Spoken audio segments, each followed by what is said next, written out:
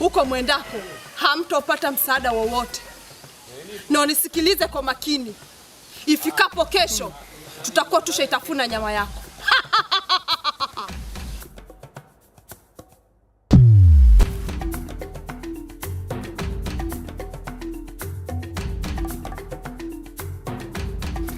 Wewe mwenyewe unajionea mdogo wangu. Sioni haja ya kuendelea kwenda kwa mganga. Ni bora tu tukarudi nyumbani. Kaka, maji tushayavulia nguo. Lazima tuyaoge. Hivi t-shirt vya mzee Karume. Naamini uko kwenda huko. Hakuko salama. Ni bora turudi nyumbani.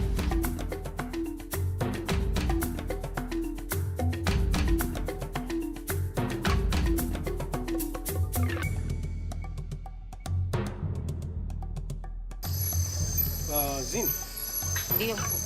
Afadhali. Kuna nini tena? Kamwambie Chawa. Ndio. Leo tukutane Kilingeni. Kwa sababu kuna ugeni unakuja. Na ugeni huu unakuja kwa ajili ya kuongezea nguvu. Sawa mkuu, nimekuelewa.